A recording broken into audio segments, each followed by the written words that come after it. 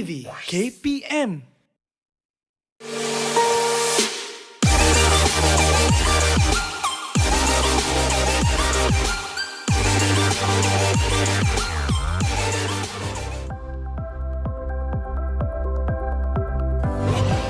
Assalamualaikum dan salam sejahtera. Syukur kita diberikan kesempatan untuk bersua lagi. Saya Cikgu Norina binti Muhammad Noor. Apa khabar semua? Tentu kamu semua sihat dan tidak sabar-sabar untuk belajar sains pada hari ini. Cikgu harap semua kelengkapan untuk belajar seperti alat tulis dan buku catatan sudah tersedia. Jangan lupa buku teks juga ya. Kamu boleh merujuk buku teks sepanjang pembelajaran kita hari ini. Kita masih berada di tema penerokaan bumi dan angkasa lepas. Kamu masih ingat bab 9 iaitu cuaca angkasa lepas? Bagus. Kali ini kita akan belajar bab 10 iaitu penerokaan angkasa lepas. Terdapat 2 subtopik dalam bab 10 iaitu 10.1 perkembangan dalam astronomi dan 10.2 perkembangan dan teknologi dalam penerokaan angkasa lepas. Cuba lihat gambar ini. Kenal tak siapa beliau?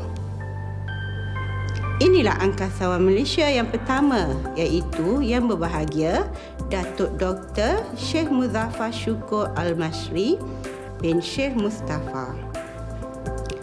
Selepas menjalani latihan yang amat padat untuk jangka masa yang agak lama, beliau telah berlepas ke angkasa lepas pada 10 Oktober 2007 dengan menaiki Soyuz TMA-11 yang dilancarkan di Baikonur Cosmodrome, Kazakhstan ke Stesen Angkasa Antarabangsa ISS. Bersama beliau menaiki Soyuz TMA-11 adalah Komander Yuri Malachenko iaitu angkasawan Rusia dan Peggy Whitson, angkasawan merangkap jurutera penerbangan Amerika Syarikat. Datuk Dr. Sheikh Muzaffar berada di ISS angkasa lepas selama 10 hari dan berjaya menjalankan beberapa eksperimen di sana. Beliau juga merupakan seorang pakar ortopedik. Beliau terpilih menyertai program angkasawan tahun 2006 setelah berjaya melepasi ujian-ujian di sepanjang proses pemilihan yang amat ketat. Hebat kan? Semoga kisah beliau dapat menyuntik semangat dan inspirasi buat kita semua untuk terus mengejar kejayaan. Baiklah murid-murid. Setelah menamatkan pembelajaran ini, kamu sepatutnya dapat menyenaraikan perkembangan sejarah model sistem suria, menyenaraikan perkembangan dalam penerokaan angkasa lepas, menerangkan fungsi dan kegunaan teknologi penerokaan angkasa lepas. Adakah kamu semua sudah bersedia? Jika ya, jom kita teruskan. Jangan lupa untuk membuat catatan. Mari kita bincangkan 10.1 perkembangan dalam astronomi. Kita akan belajar sejarah iaitu perkembangan sejarah model sistem suria. Para saintis astronomi seperti Ptolemy, Copernicus dan Kepler telah memperkenalkan model sistem suria. Model-model ini kemudiannya diubah suai. Model geosentrik direka oleh Claudius Ptolemy, seorang ahli astronomi, astrologi dan geografi berbangsa Yunani yang hidup pada tahun 90 hingga 168 selepas Masihi. Geo bermaksud bumi dan sentrik bermaksud berpusat. Model geosentrik meletakkan bumi sebagai pusat sistem suria.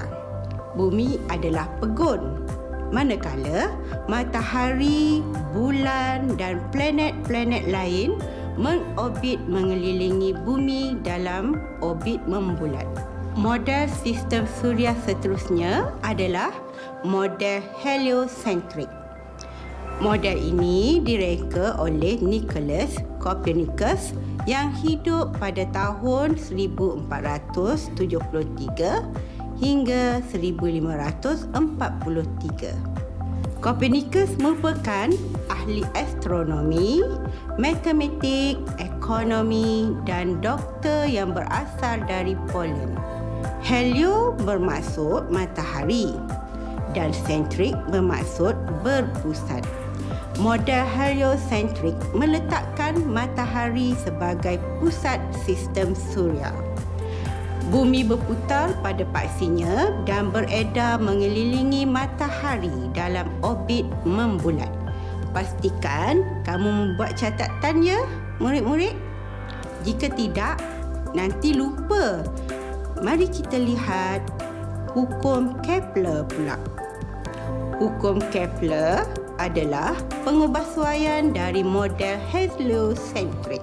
Hukum Kepler diperkenalkan oleh Johannes Kepler, seorang ahli astronomi, matematik dan astrologi Jerman yang hidup pada tahun 1571 hingga 1630. Mengikut hukum Kepler, matahari berada pada titik fokus sepunya dan orbit planet adalah berbentuk elips, bukannya berbentuk bulat seperti mana model heliocentrik. Baiklah, kita bincangkan topik 10.2 perkembangan dan teknologi dalam penerokaan angkasa lepas pula. Cuba lihat gambar-gambar yang dipaparkan di skrin. Ini adalah sebahagian daripada teknologi dan peralatan yang digunakan dalam penerokaan angkasa lepas. Kita akan bincangkan dengan lebih lanjut fungsi setiap peralatan ini. Sebelum tu, kita bincangkan dahulu peristiwa-peristiwa yang berlaku berkaitan perkembangan dalam penerokaan angkasa lepas. Pada abad ke-11, China telah mereka serbuk letupan dan menggunakan roket primitif semasa pertempuran. Pada tahun 1609, Galileo Galilei mula menggunakan teleskop. Ini merupakan teleskop pertama dalam bidang astronomi. Pada 4 Oktober 1957, satelit pertama iaitu Sputnik 1 dilancarkan oleh Soviet Union untuk mengelilingi orbit bumi. Pada 12 April 1961, Yuri Alexeyevich Gagarin iaitu angkasawan dan juruterbang tentera Soviet Union menjadi manusia pertama yang sampai ke angkasa lepas. Beliau terbang ke angkasa lepas menggunakan roket Vostok 1.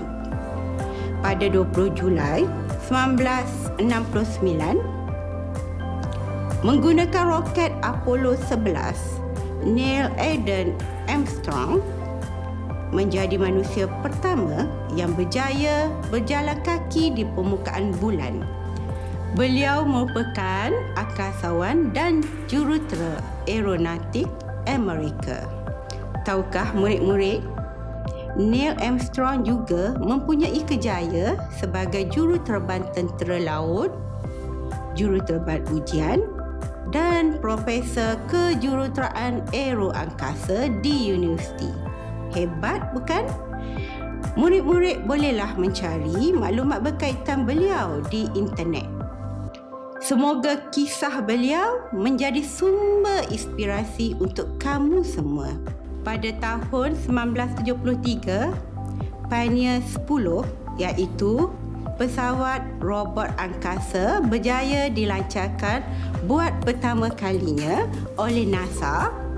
Untuk pengetahuan murid-murid, NASA adalah singkatan bagi Pentadbiran Aeronautik dan Angkasa Kebangsaan Amerika. Merupakan sebuah badan yang bertanggungjawab mengelola program angkasa lepas Amerika Syarikat. Pioneer 10 yang juga dikenali sebagai Pioneer F dilancarkan untuk mengkaji jaluran asteroid, persekitaran planet mustari, angin suria, sinaran lembayung kosmik serta ia boleh menjangkau bahagian luar sistem suria dan heliosfera. Ia merupakan pesawat angkasa pertama yang berjaya melakaui jaluran asteroid dan berjaya mendekati planet mustari. Pada 12 April 1981, kapal angkasa ulang-alik pertama iaitu STS-1 dilancarkan ke angkasa lepas oleh NASA. STS-1 membawa pengorbit pertama yang diberi nama Columbia. Columbia telah mengorbit bumi sebanyak 36 kali sebelum kembali ke bumi pada 15 April 1981 selepas 54.5 jam mengorbit bumi. Pada 2 Oktober 1989, Voyager 2 iaitu sejenis probe angkasa telah diterbangkan untuk menjelajah planet Neptun buat pertama kalinya. Pada 24 April 1990, teleskop angkasa Hubble dilancarkan dari kapal angkasa ulang-alik Discovery ke orbit rendah bumi iaitu sekitar 500 km dari permukaan bumi. Hubble ini bukanlah teleskop angkasa pertama, tetapi ia merupakan teleskop angkasa terbesar dan sangat serba boleh. Ia merupakan peralatan penting dalam bidang penyelidikan maupun perhubungan dalam astronomi. Di saat ini, Hubble ini masih berfungsi dengan baik. Pada tahun 1996, negara kita, Malaysia yang tercinta, telah melakarkan sejarah dengan melancarkan satelit pertama Malaysia iaitu MISAT 1 dan MISAT 2. Tahukah murid-murid apa itu MISAT? Ya, MISAT adalah singkatan bagi Malaysia East Asia Satellite. MISAT 1 dilancarkan pada Januari 1996, manakala MISAT 2 dilancarkan pada November 1996. Kedua-dua satelit ini dilancarkan menggunakan roket Ariane di pusat angkasa Guyana, Perancis. Bermula dari pelancaran dua satelit inilah sistem teknologi maklumat dan komunikasi negara kita berkembang dengan sangat pesat sekali. Kejayaan MISAT 1 dan 2 ini membantu kita menikmati kemudahan perhubungan tanpa wayar, siaran langsung dari luar negara, siaran televisyen satelit dan perhubungan tanpa sepadan ke seluruh dunia. Syukur kehadrat Ilahi kerana menganugerahkan nikmat ini. Adalah menjadi tanggungjawab kita semua menjaga keamanan negara Malaysia agar kita terus dapat menikmati kesejahteraan hidup seperti sekarang atau lebih baik daripada sekarang.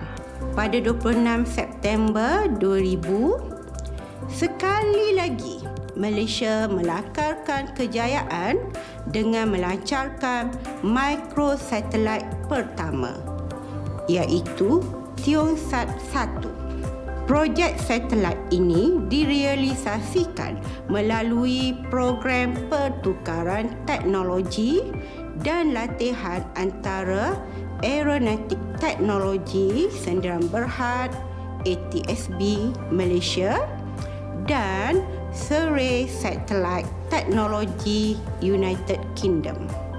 Tiongsak 1 berjaya dilancarkan menggunakan roket NERV dari Baikonur Cosmodrome, Kazakhstan.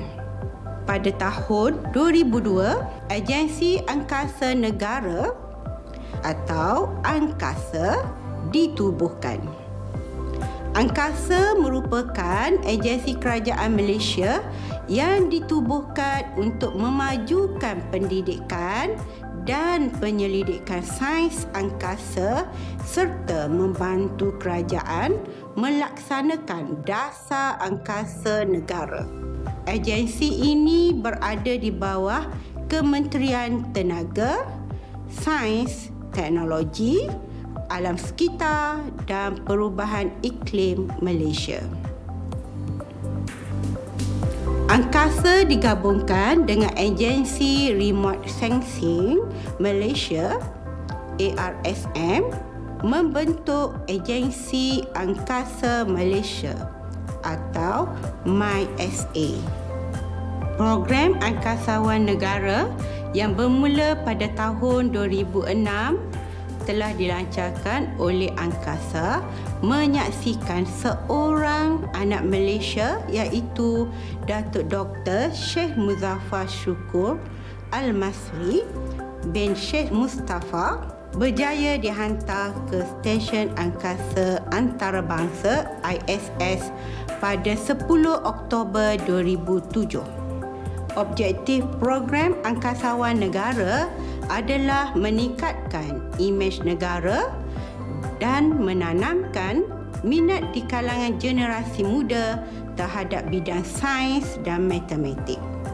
Jadi, murid-murid, pupuklah minat anda dalam bidang sains, teknologi, kejuruteraan dan matematik. Mungkin satu hari nanti kamu menjadi angkasawan Malaysia seterusnya atau bekerja dalam bidang astronomi dan aeronautik. Datuk Dr. Sheikh Muzaffar Shukor pernah berkata, "Saya tidak mencari kemasyhuran atau ingin disambut seperti selebriti. Tapi niat saya adalah untuk memberi inspirasi kepada rakyat Malaysia, terutamanya kanak-kanak sekolah untuk meminati mata pelajaran sains dan industri angkasa." Pada tahun 2011, Stesen Angkasa Antarabangsa ISS telah siap sepenuhnya. Ia terletak di orbit rendah bumi. Stesen Angkasa Antarabangsa ISS adalah projek kerjasama 5 agensi angkasa iaitu NASA, Roscosmos, JAXA, ESA dan CSA.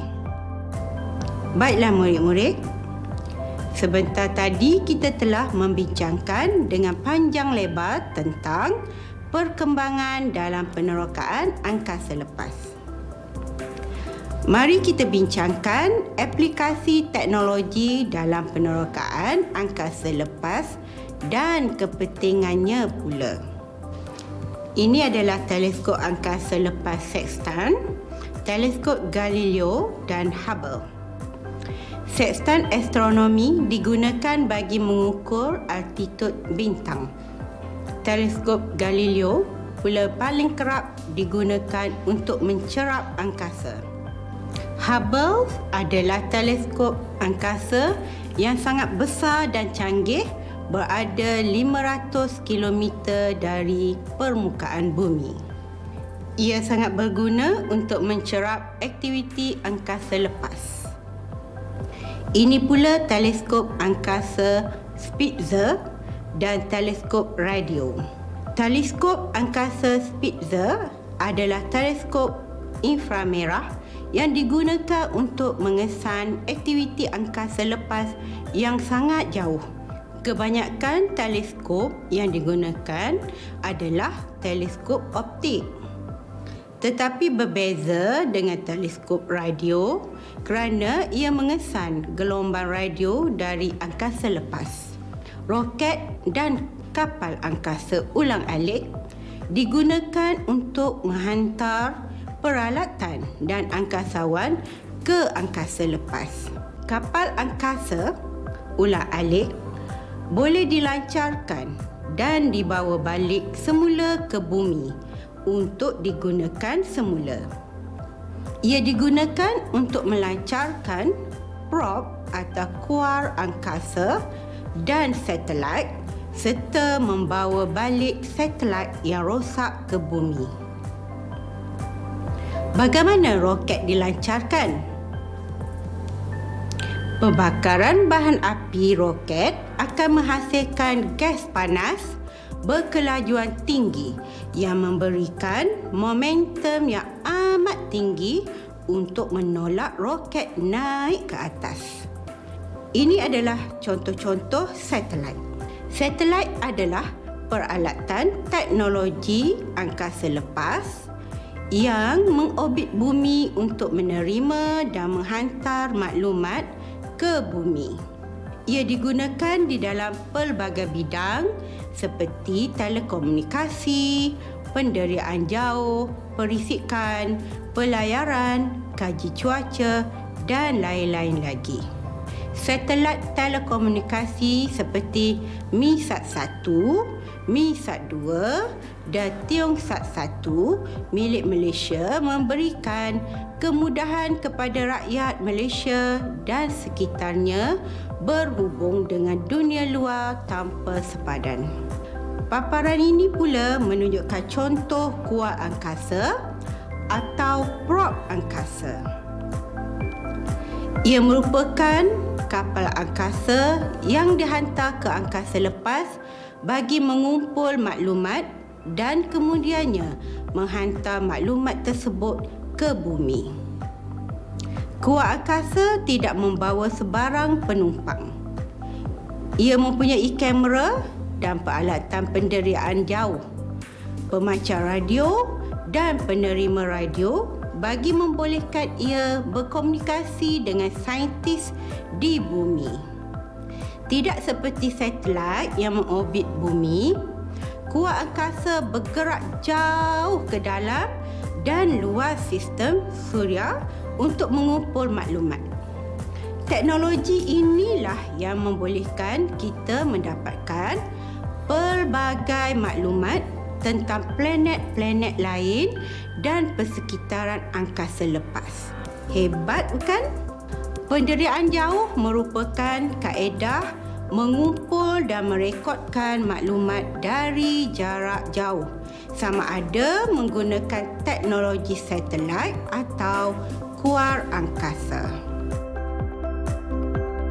Sinaran elektromagnet yang dipancarkan dari satelit atau kuar angkasa akan mengesan objek di bumi, sama ada di darat atau laut. Kemudiannya, dengan bantuan cahaya matahari, pantulan dari objek akan dikesan oleh pengesan yang terpasang di satelit atau kuar angkasa.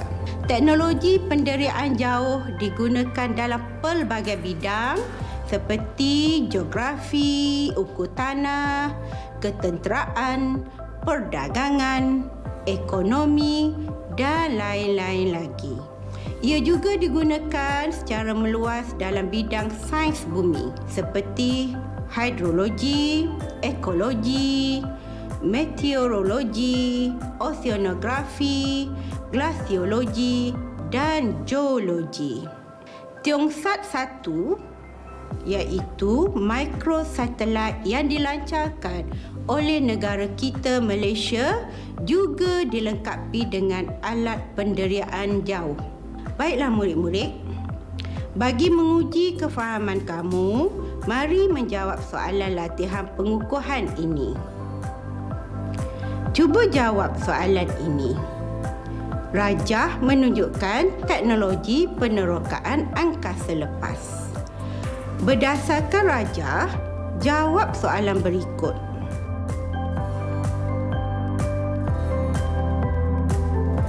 Soalan nombor 1. Namakan P dan Q.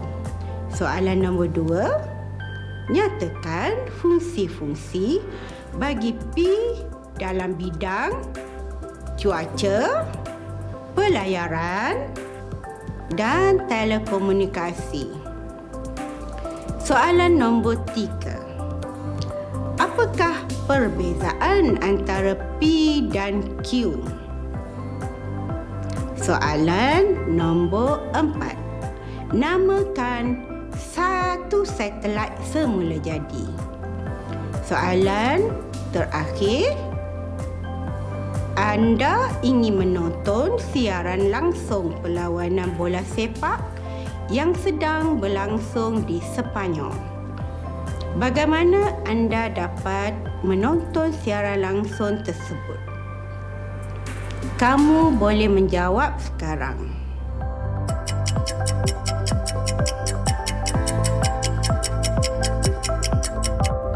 Adakah kamu berjaya menjawab soalan tadi? Bagus. Mari kita bincangkan jawapannya. Rajah menunjukkan teknologi penerokaan angkasa lepas. Berdasarkan rajah, jawab soalan berikut. Soalan nombor 1, namakan P dan Q. P ialah satelit.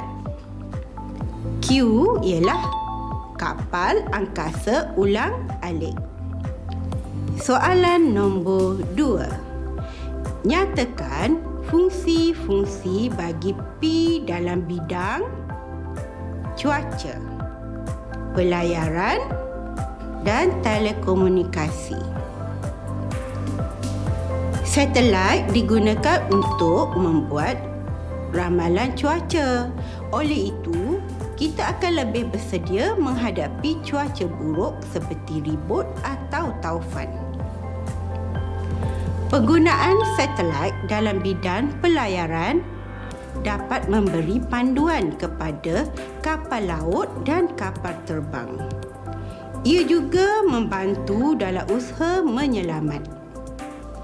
Satelit membantu telekomunikasi bagi membolehkan manusia berhubung melalui telefon, internet dan radio. Soalan nombor 3.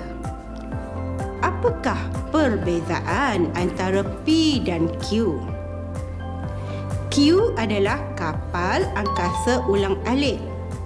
Ia boleh dilancarkan dan kembali semula ke bumi untuk digunakan semula. Manakala P tidak. Soalan nombor 4. Namakan satu satelit semula jadi. Satelit semula jadi ialah bulan. Soalan nombor 5. Anda ingin menonton siaran langsung perlawanan bola sepak yang sedang berlangsung di Sepanyol. Bagaimana anda dapat menonton siaran langsung tersebut?